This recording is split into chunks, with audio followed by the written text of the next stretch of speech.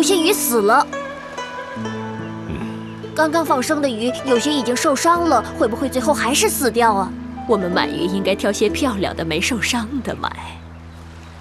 只要是生命，都会贪生怕死，都有他自己求生的本能。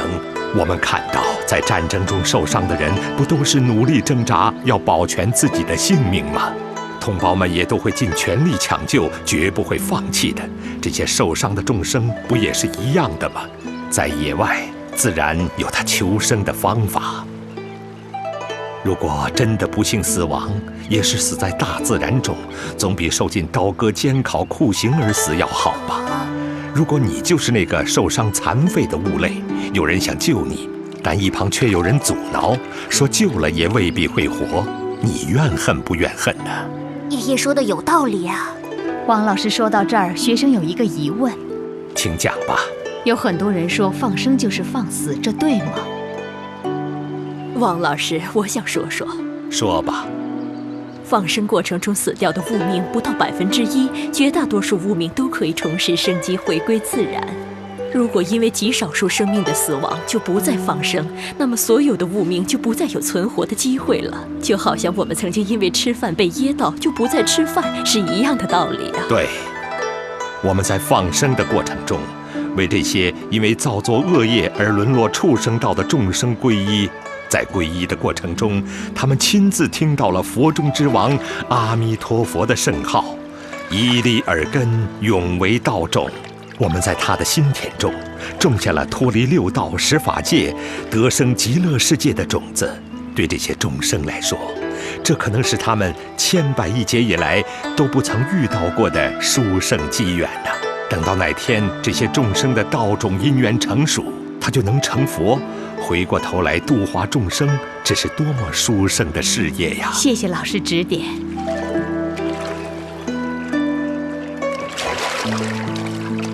你们快看呐！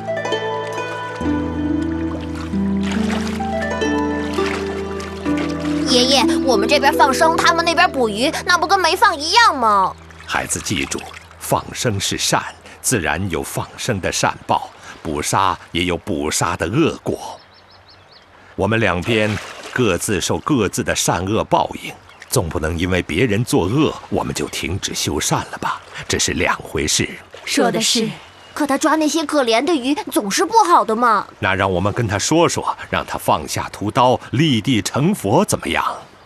好啊！传家，传家，传家。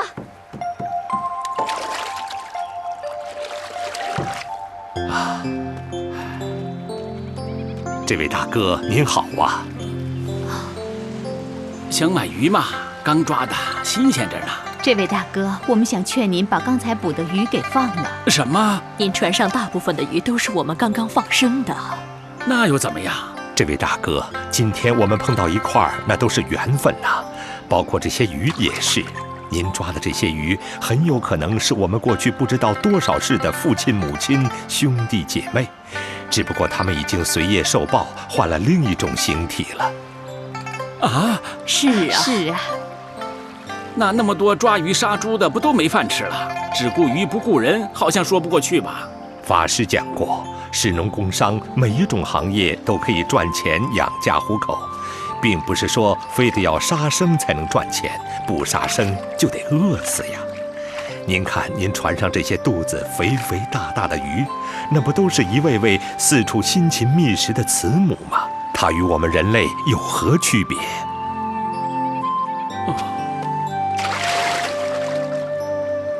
您真是一棒子打醒了我，这回我算明白了，我从此不再打鱼了，卖青菜不也一样过活吗？何必伤害众生呢？阿弥陀佛。谢谢各位了，从今天开始，我要转杀生为放生，把这一辈子欠下的杀业通通偿还清楚。好。好。阿弥陀佛。